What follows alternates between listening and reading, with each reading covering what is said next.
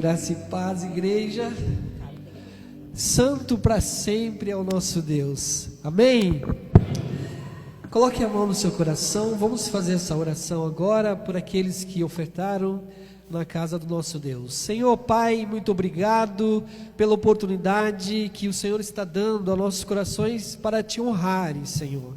Ó Deus, essas pessoas que aqui ofertaram e que de alguma forma, Senhor, ofereceram a Ti aquilo que, Senhor Deus, o Senhor tem dado a elas. Ó Pai, que a sua graça, que a sua bênção, que o seu poder possa vir sobre as suas casas, suas famílias, e o Senhor possa multiplicar 100 vezes mais, ó Senhor, tudo a quanto elas precisam e necessitam para esta vida, para a glória e louvor do nome santo do teu Filho amado Jesus Cristo. Amém e graças a Deus. Amém, irmãos, podem tomar assento. Eu estou falando um pouco anasalado, porque eu estou com a minha respiração hoje um pouco com dificuldade. Vamos orar por aqueles que fizeram essa semana de jejum. As pessoas que participaram em jejum vão nos pôr de pé neste momento, agradecendo a Deus por este momento que tivemos essa semana de oração, de jejum, de oferecimento ao nosso Deus, às nossas vidas. Amém? Senhor, muito obrigado. Obrigado, Senhor, por este dia, por essa semana que nós passamos, Senhor Deus, em santificação, buscando a Tua presença. Ó Pai, são tanta causa, são tantos problemas, Senhor Deus, que muitas vezes temos vivenciado, mas nós acreditamos que o Senhor é o Deus, assim como Tu disseste na Tua palavra: buscar-me-eis e me acharei quando me buscarem de todo o vosso coração. E a Tua palavra também diz, ó Senhor, que se meu povo que se chama pelo meu nome, se humilhar, orar, se converter dos seus maus caminhos e buscar a minha face, o Senhor ouvirá dos altos céus e sarará a sua terra e fará com que venha, Pai, grande bonança de paz e alegria sobre esses a quem buscar a Ti. Ó Deus, em nome de Jesus, que o Teu Evangelho, que a Tua vontade, que aquilo que o Senhor tem nos ensinado, possa ser guardado nos nossos corações e nós possamos levar a outros, ó Senhor, a outros, para que saibam que Jesus Cristo é o único caminho, a verdade, a quem nós devemos servir, buscar e entregar todo o nosso ser. Em nome de Jesus, que a Tua presença maravilhosa possa estar sobre a vida dos meus irmãos, para louvor e glória do Teu nome. Amém. E graças a Deus. Amém, igreja. Fico feliz, tenho muitos testemunhos a contar das lives que fizemos essa semana. A pastora Ronilce ainda está de férias, né? Volta semana que vem. O grupo de louvor também, o pessoal do PGM Palmital, né? Voltam também na semana próxima. Mas estamos aqui unidos como igreja para louvar e engrandecer o nome de Jesus. Amém?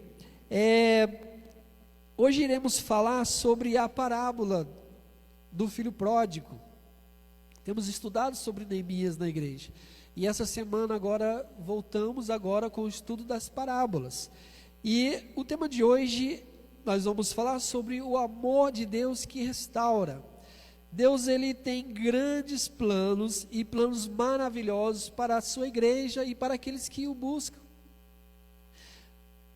O capítulo 15 de Lucas é um capítulo onde tem uma história que Jesus conta 3 parábolas nesse capítulo.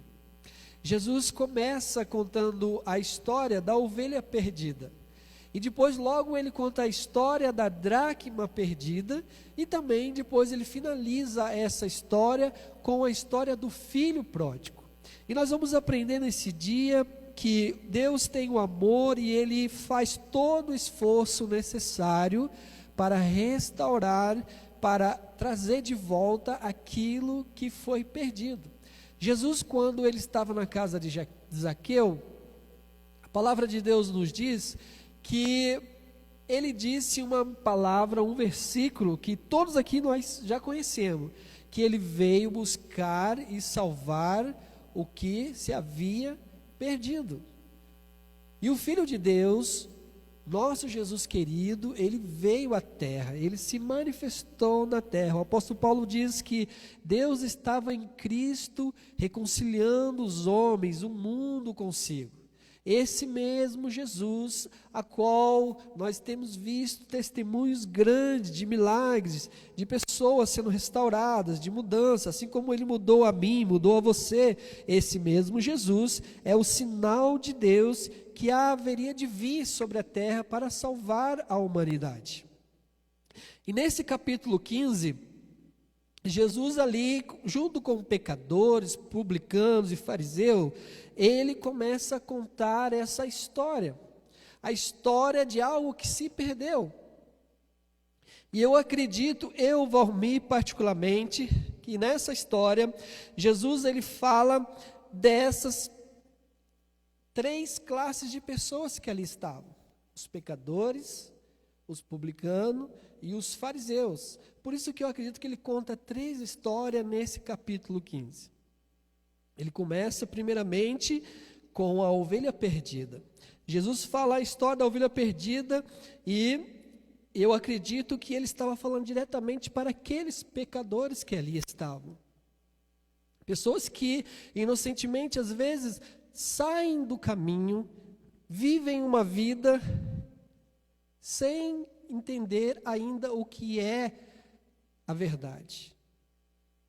E essas pessoas, eu acredito que o nosso Deus, ele faz todo o esforço necessário e às vezes deixa as 99 lá no aprisco, lá no campo, e vai atrás desta ovelha que de alguma forma se desviou, mudou de rumo, e ele faz um esforço para salvar esta ovelha perdida.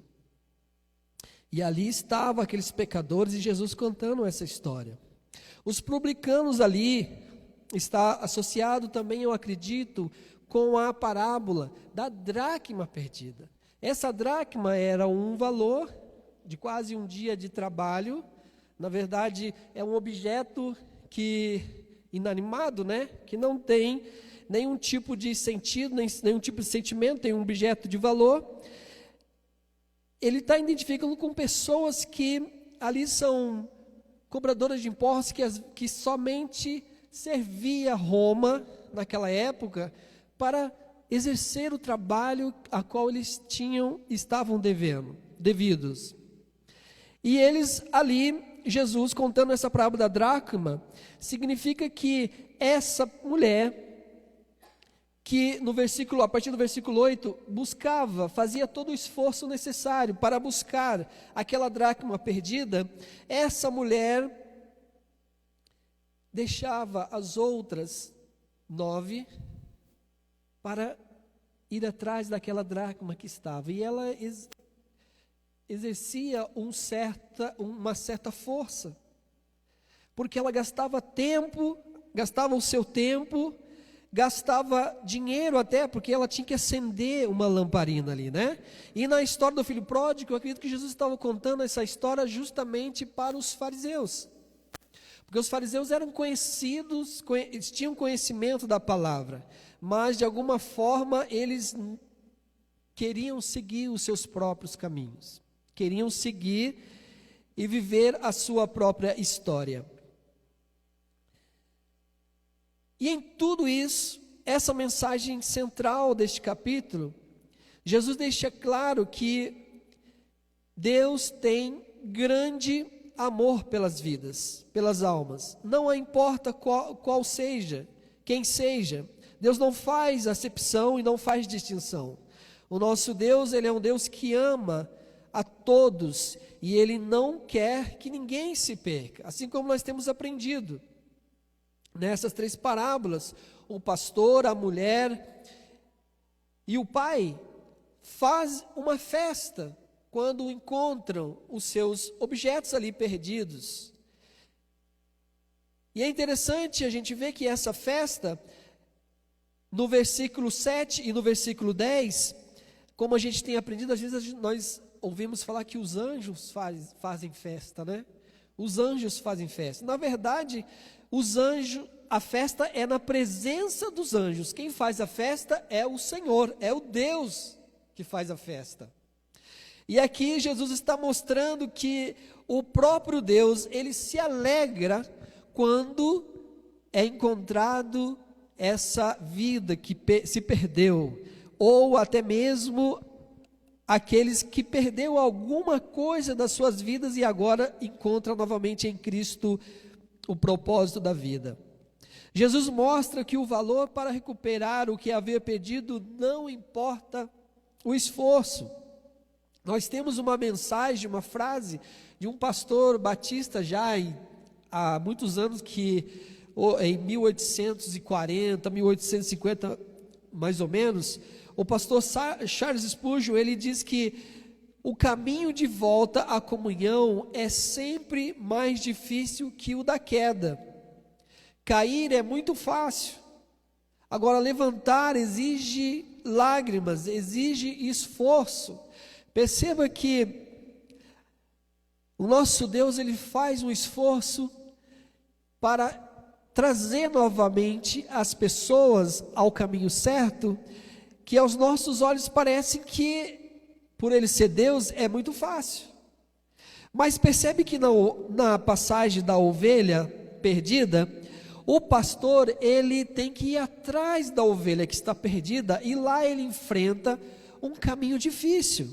Ele enfrenta feras, ele deixa as outras do lado, ele caminha longas distâncias, significando que muitas vezes, para salvar uma alma, para salvar uma vida, outras pessoas enfrentam riscos, são colocadas em risco, muitas vezes. Quantos missionários a gente tem ouvido, a irmã mesmo hoje diz, que vão em países onde o evangelho é proibido, e eles pregam a palavra, e às vezes sofrem por pregar a palavra a uma ovelha perdida, a alguém que está perdido.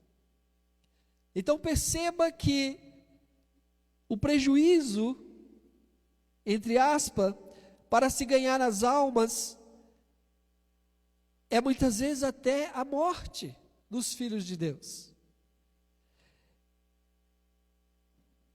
Na segunda parábola da dracma perdida, o interessante é que a mulher faz um esforço muito grande para recuperar aquela dracma que estava perdida lá. Era uma moeda de prata grega, a dracma, equivalendo a um salário de um dia de trabalho. As 10 dracmas representavam uma quantia simples, mas muito significativa, especialmente para uma mulher do lar, porque às vezes o que acontecia na época, elas faziam um colar de dracma e formava isso um enfeite na cabeça. Era um colar de moeda. E essas mulheres, elas ganhavam como presente de casamento. Então tinha um significado emocional muito grande. E às vezes perder uma delas era como perder uma parte do dote. Era um símbolo do amor da aliança. E não podia ser perdido uma parte dessas dracmas. Não era apenas o valor financeiro, mas era muito simbólico. Representava algo precioso para a identidade e do vínculo familiar, da casa, da mulher. Era parte de quem ela era, e perder isso era vergonhoso. Assim como o pai, na parábola do filho pródigo, a mulher sente a perda como algo muito, muito pessoal, e não apenas material. Aí então ela coloca todo o esforço necessário para procurar aquela dracma que em algum lugar na casa caiu e agora ela não encontra tão facilmente. Ela varre a casa, ela acende uma candeia, e naquela época, para você acender uma candeia, você usava o óleo, que não era uma especiaria muito barata.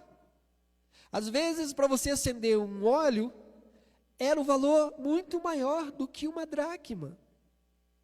Então perceba que para recuperar a dracma, ela tinha que gastar algo a mais do que aquilo. Ela tinha que ter uma busca diligente até achar, porque era ruim ela viver agora com um colar com apenas 9 dracmas. Foi como se ela não tivesse a responsabilidade de cuidar. Ou seja, ela tinha que pagar um preço. Ela tinha que gastar com óleo. E tinha também que ter um esforço para recuperar aquela dracma que se perdeu.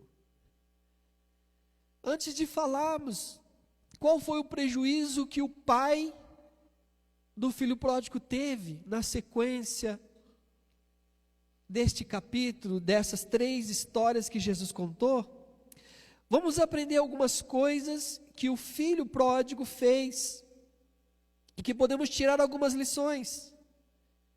Pródigo significa aquele que gasta, aquele que esbanja. O filho pródigo, ele era muito feliz em casa, mas ele não sabia. O filho pródigo estava ali no seio da família, junto com o pai, trabalhando, vivendo em paz, mas ele não sabia que ele tinha tudo isso. Ele era um feliz inconsciente dentro de casa. Mas ele quis viver a independência. O perigo de vivermos uma vida individual pode nos fazer cair em armadilhas. John Stott, um dos pastores que nós gostamos de estudar muito aqui na igreja, ele tem uma frase muito forte em relação à independência. Ele diz assim: a independência é o pecado original disfarçado de liberdade. Foi exatamente o que esse filho queria. Ele queria liberdade. Ele queria viver a vida dele. Ele estava no seio da família, feliz, mas ele chega ao pai e diz ao pai que queria agora receber a sua herança, ainda o pai vivo. Olha só que ousadia desse jovem. O jovem, ele desejou viver essa juventude e não percebeu que já tinha segurança com o pai. O jovem na casa do pai era um feliz, mas inconsciente. Novamente, tinha tudo, mas não sabia. Ele deixou a casa do pai para viver uma vida infeliz, gastando tudo que tinha ganhado. Uma das frases que a gente aprende também de Billy Graham, outro pastor,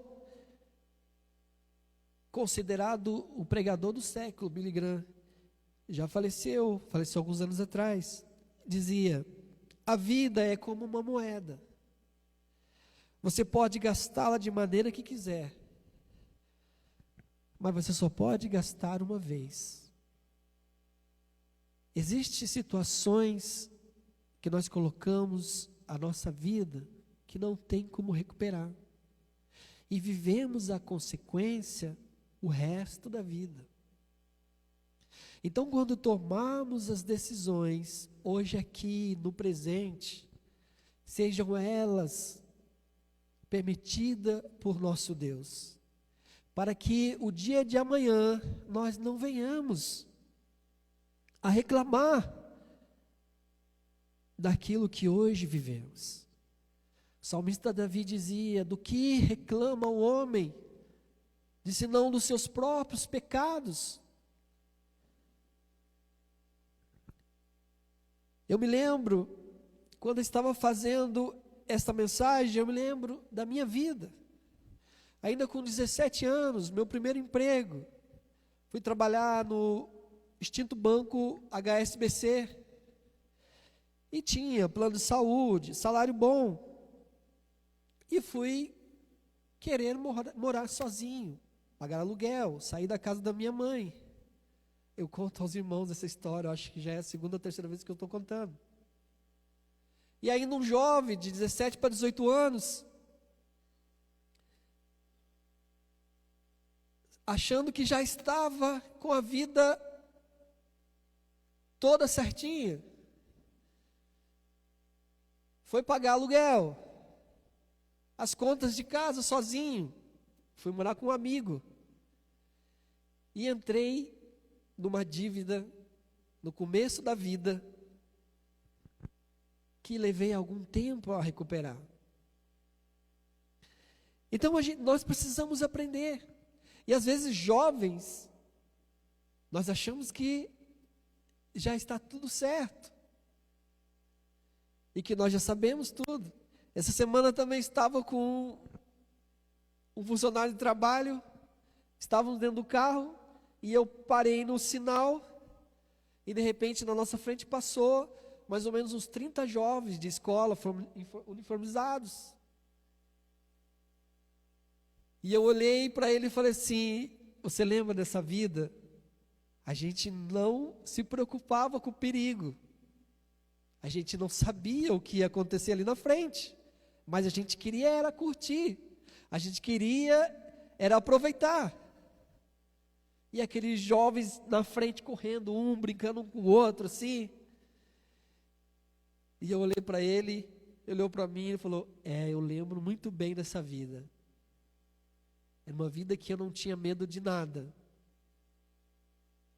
E assim somos nós. Às vezes a imaturidade nos faz tomar decisões que logo vem o arrependimento. E graças a Deus, porque vem o arrependimento.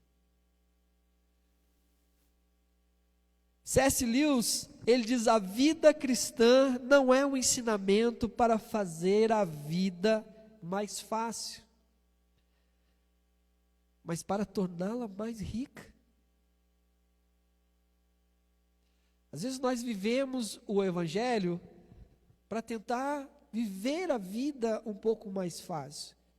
E na verdade Deus quer te dar o Evangelho para que nós venhamos enriquecer naturalmente, na maturidade, para vivermos a vida com mais fé, com mais vitória.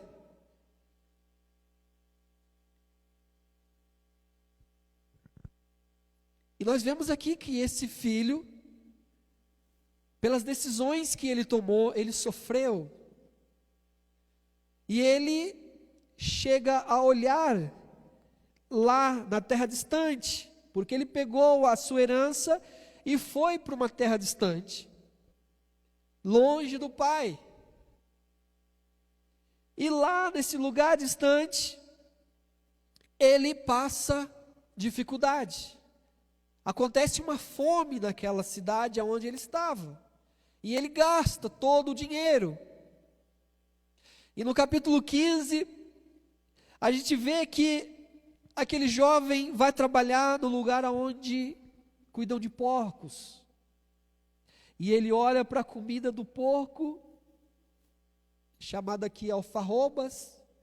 Ele olha e ele deseja comer aquela comida, porque ninguém queria dar comida a ele, porque aquele lugar também estava passando dificuldade. E naquele lugar ele, graças a Deus, ele se lembra. Ele se lembra que na casa do pai dele, até os funcionários do pai dele tinham uma comida melhor. E ele pensa: eu vou me levantar e vou voltar e vou reconciliar-me com meu pai.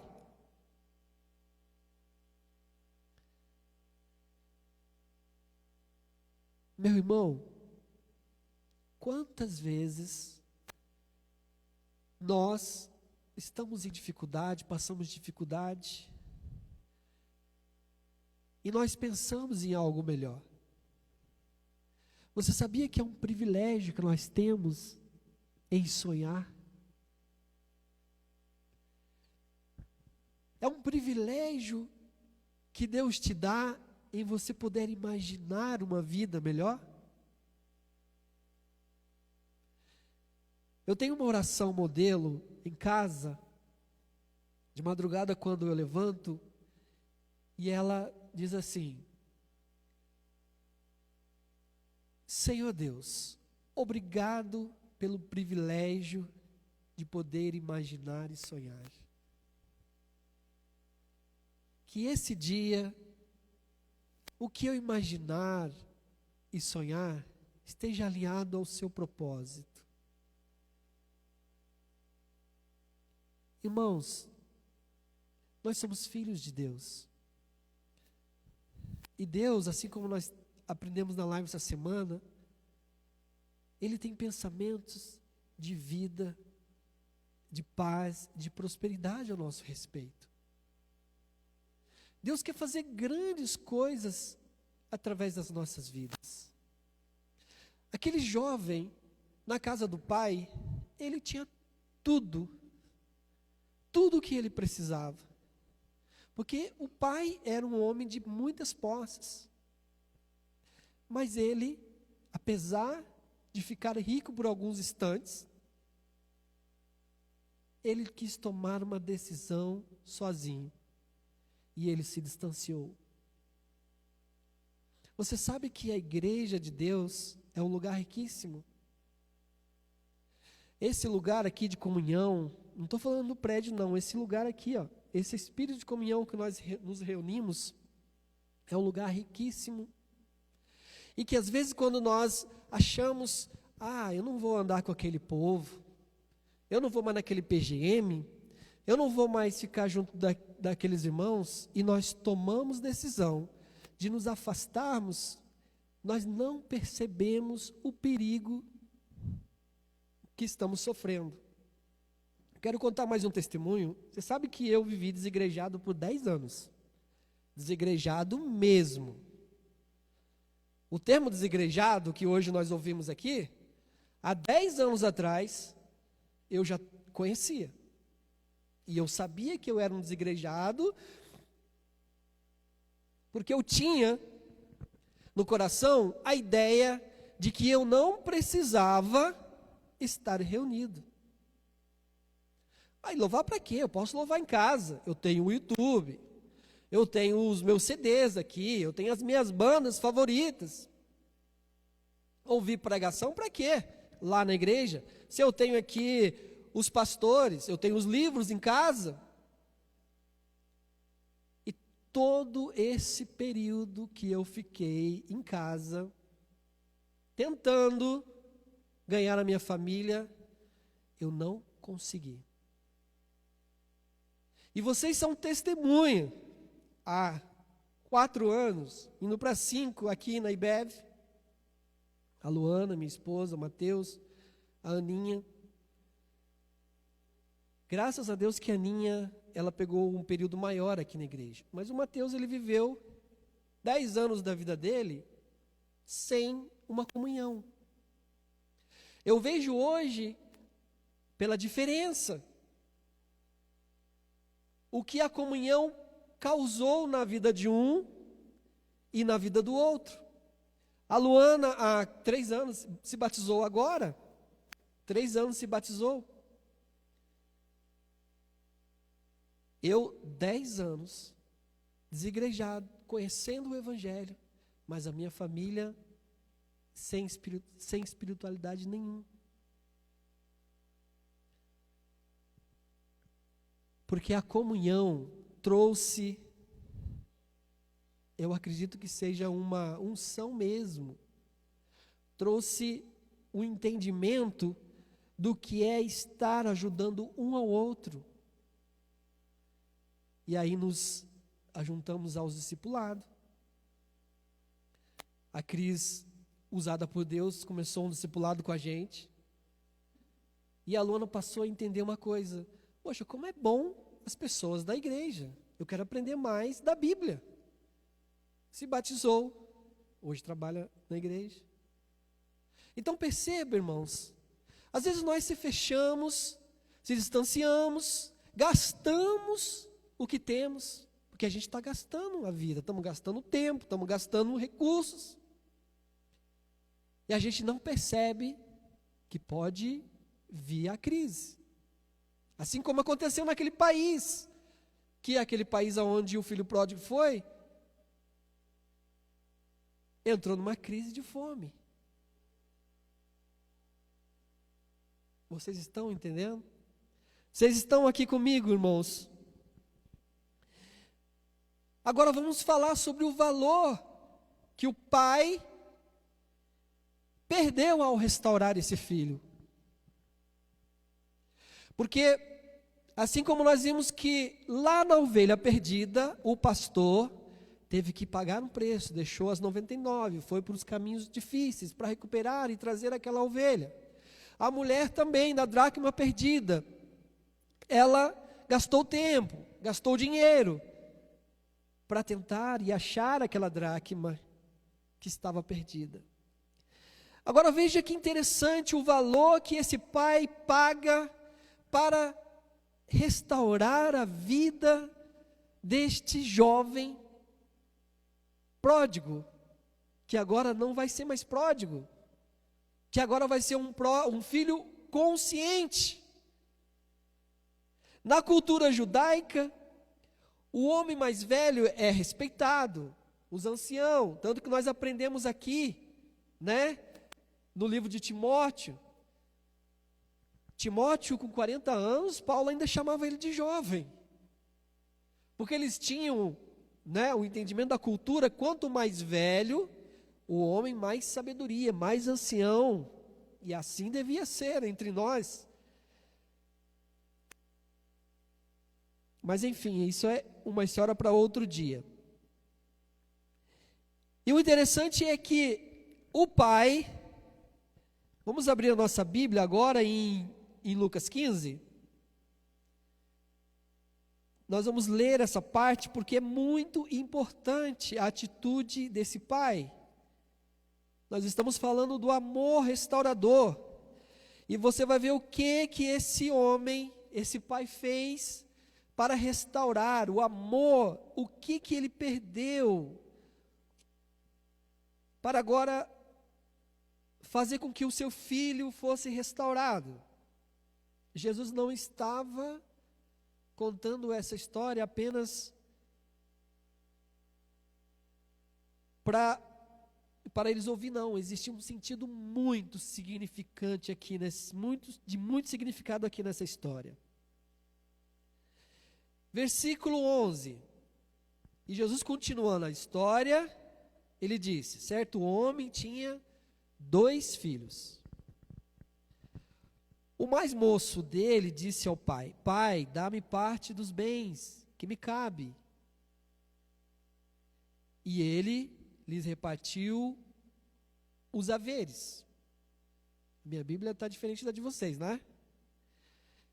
Passando não muitos dias, o filho mais moço, ajuntando tudo o que era seu, partiu para uma terra distante e lá dissipou todos os seus bens, vivendo dissolutamente. Versículo 14. Depois de ter consumido tudo, sobreveio àquele país uma grande fome. E ele começou a passar necessidade. Versículo 15. Então ele foi e se agregou a um dos cidadãos daquela terra. E este o mandou para o seu campo a guardar dos porcos. Versículo 16. Ali, esse moço desejava fartar-se das alfarrobas que os porcos comiam, mas ninguém lhe dava nada para comer. 17. Então, caindo em si, pensou: quantos trabalhadores de meu pai têm pão com fartura, e eu aqui morro de fome. Ele estava morrendo de fome. Versículo 18. Levantar-me-ei e irei ter com meu pai, e lhes direi: Pai, eu pequei contra os céus e contra ti. Versículo 19: eu já não sou digno de ser chamado teu filho. Trata-me como um dos seus trabalhadores. E o versículo 20: e levantando-se, foi para o seu pai. Vinha ele ainda longe, quando seu pai o avistou, e compadecido dele, correndo, o abraçou e o beijou. Aqui nesse versículo está a perda do pai. Na verdade, o ganho, né? Para aquele homem tomar uma atitude de correr até aquele moço, você não imagina quanta coisa esse homem teve que deixar para trás. Porque para ele ter corrido, ele tinha que ter levantado as suas vestes. Porque eles usavam umas túnicas. Não dá para correr com uma túnica. Então, para um homem correr, ele tem que levantar um pouco aquela túnica. Tá, irmão Valmir. Isso é normal. Não é normal para a cultura da época. Porque ele tinha que mostrar as pernas dele e todos ali veriam. E aquele homem era um senhor de posse. E a atitude daquele moço de ter gastado a herança da família era uma atitude de desonrar a sua casa. Então eles estavam esperando, os familiares estavam esperando aquele moço entrar. Eles, acredito que fizeram quase que um corredor assim, de 2 colunas de pessoa. E na época, eles tinham que pegar um vaso de barro, e eles, cada uma das pessoas, quebravam esse vaso de barro no chão, e dizia para a pessoa: você não faz mais parte da nossa família. É por isso que esse homem, ele teve que correr na frente das pessoas que ali estavam, para abraçar aquele filho e não deixar o filho passar por aquele local. Então aquele homem, a partir daquele momento de ter tomado aquela decisão, todos olharam para ele agora como um homem frouxo, fraco. Olha só que interessante, meus irmãos. Às vezes, as pessoas,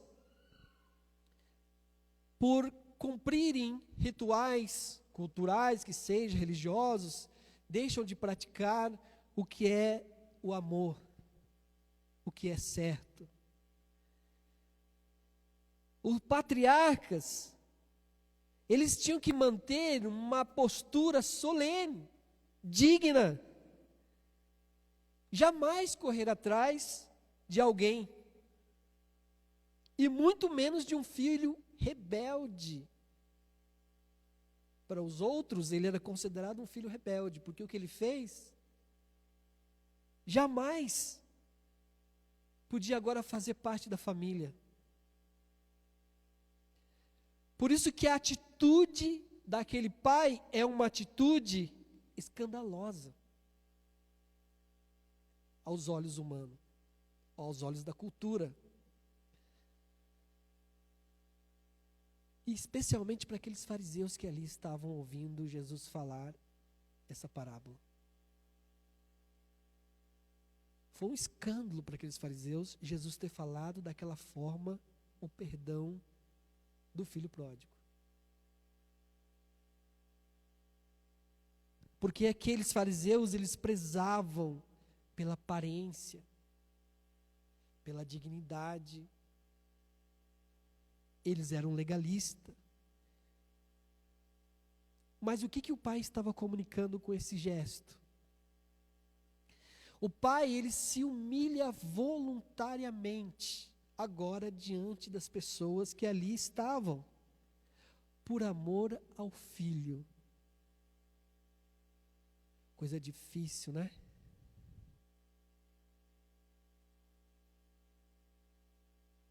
Ele corre para impedir que o filho seja envergonhado naquela vila. Na cultura judaica, existe um costume chamado de kersazag. É quando um filho desonra o pai e ele desperdiça a herança da família toda entre povos de outros países, gentios. Eles rejeitam a pessoa e quebram esse vaso, como eu falei para vocês, diante de todo mundo, dizendo: você está cortado do nosso povo. Mas o pai não deixou isso acontecer, porque ele amou, ele sabia que o filho voltaria. Ele não foi atrás desse jovem, porque ele sabia quem era este filho. Ele corre antes da comunidade condenar, e ele abraça o filho, todo sujo, porque ele não tinha dinheiro nem para comprar uma roupa a mais, ou quem sabe até para se preparar melhor. E ele abraça e cobre esse filho de graça. Se Jesus conta essa história para os fariseus, para os pecadores, para os publicanos, imagine para nós aqui o quanta de coisas que Deus quer restaurar em nossas vidas. Quantas coisas se perdeu. Quem sabe é um perdão, um pai, um filho, uma mãe, uma filha. O que foi perdido, meu querido? O que foi perdido na nossa vida? Que Deus hoje aqui, Ele quer restaurar. Quem sabe estamos dentro de casa, como aquele filho mais velho, e ainda não percebemos o mover de Deus a curar, a transformar, a produzir vida. Porque a atitude do filho mais velho é uma atitude segundo o costume da época. Hoje nós estávamos conversando com os jovens lá na IBD. Não era fácil para aquele jovem mais velho entender essa situação também. Porque, segundo o costume da época, nem as mulheres tinham direito. Imagine um jovem que tinha gastado tudo. Então o filho mais velho, foi difícil para ele entender também que agora o pai perdoou.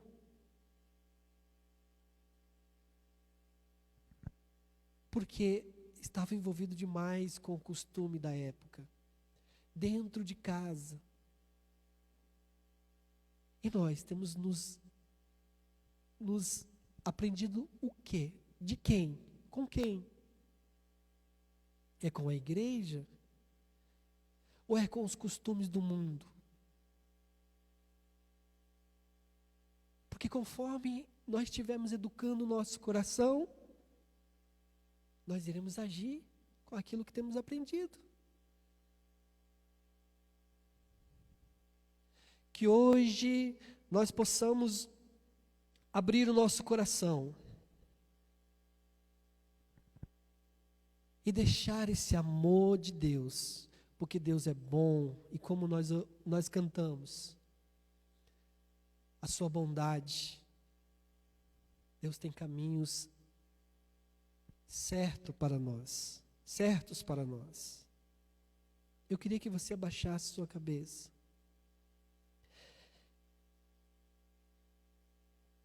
E fizesse uma reflexão. O quanto dessas histórias que Jesus contou nesse capítulo 15 de Lucas atingiu você? O que você precisa que seja restaurado? Se você não tem nada a ser restaurado, quem sabe você pode estar no lugar daqueles 99 ovelhas justas que não precisavam de ser perdoadas. Mas eu quero que você hoje entenda uma coisa, que você precisa pelo menos estar na posição de reconciliador. Entendendo que o que acontece com as outras pessoas, o que ela fez no passado, o que ela fez ontem, não interessa a você. Interessa ao nosso Deus. Jesus estava revelando o coração do Pai nessas parábolas, nessa história. Um Pai que nunca desiste da gente. E nunca vai desistir de mim e de você. Talvez hoje você possa se sentir como uma ovelha cansada, que se esforçou, sem perceber, e agora não sabe mais o caminho de volta. Se esforçou e perdeu o sentido do propósito, quem sabe perdeu o propósito daquilo que um dia Deus falou com você. Ou talvez você seja uma dracma perdida que está dentro de casa, mas sente que algo se perdeu. E às vezes o irmão canta, prega e você não sente nada. Hoje é dia de você entregar a sua vida, porque o Senhor procura, e Ele procura adoradores que o adorem em espírito e em verdade. Ou talvez você se veja como um filho pródigo, que tomou decisões sozinho.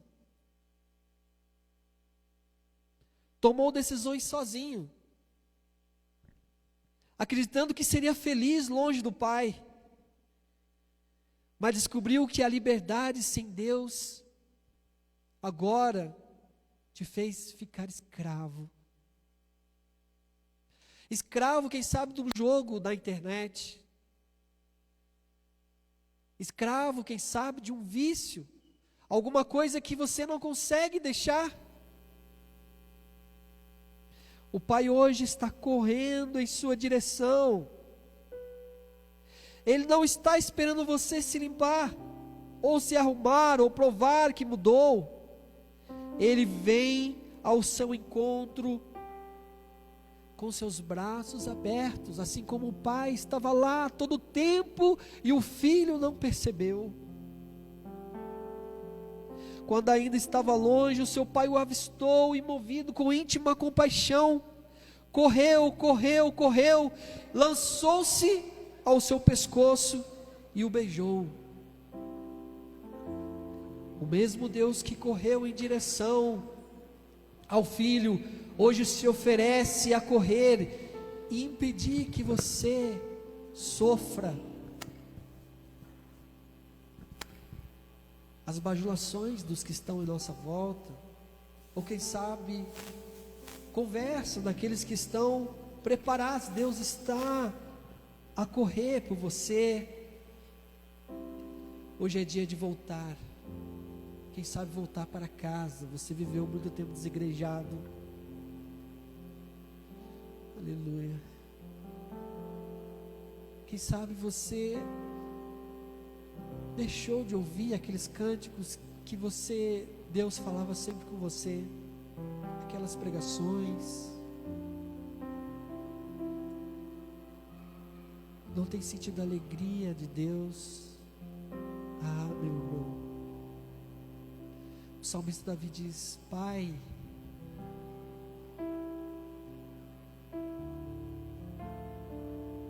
dá-me a alegria da sua salvação.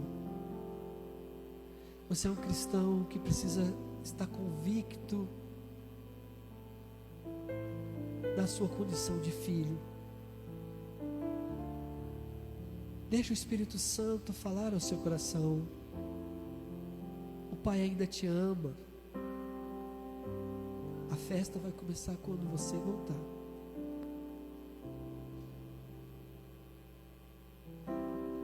A festa vai começar quando você voltar. E não vai ser pelos anjos, vai ser pelo próprio Pai. Se você sente que o Espírito Santo está te chamando hoje, não endureça o seu coração. Deixa o Pai te alcançar.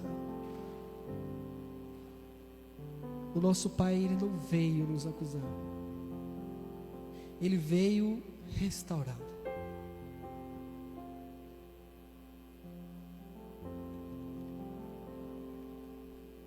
Quando tudo diz que não, tua voz me encoraja a prosseguir.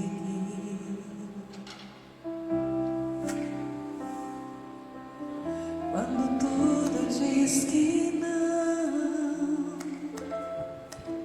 ou parece que o mar não vai se abrir, sei que não estou só, e o que dizes sobre mim não pode se frustrar. Venha em meu favor e cumpra em mim teu querer. Deus do impossível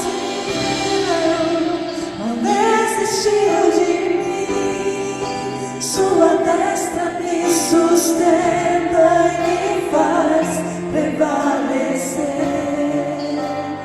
Deus do impossível não desistiu de mim. Sua destra me sustenta e me faz prevalecer. Deus do impossível. Faz essa oração agora. Feche os teus olhos. Diga: Senhor, eu reconheço que estive longe. Eu gastei o que o Senhor me deu em caminhos errados. Mas hoje, Pai, eu volto para a sua casa. Me recebe em teu amor. Me veste novamente com a sua graça. E me faz sentir o teu abraço. Em nome do teu Filho amado Jesus. Se você fez essa oração de coração hoje e precisa que algo seja restaurado na sua vida, vem aqui para frente, vamos fazer uma oração juntos. Pode vir. Toma essa atitude de fé e diga: Senhor, eis-me aqui, restaura a minha casa. Restaura, Senhor, essa área da minha vida em que eu tomei posse e eu não deixei o Senhor trabalhar.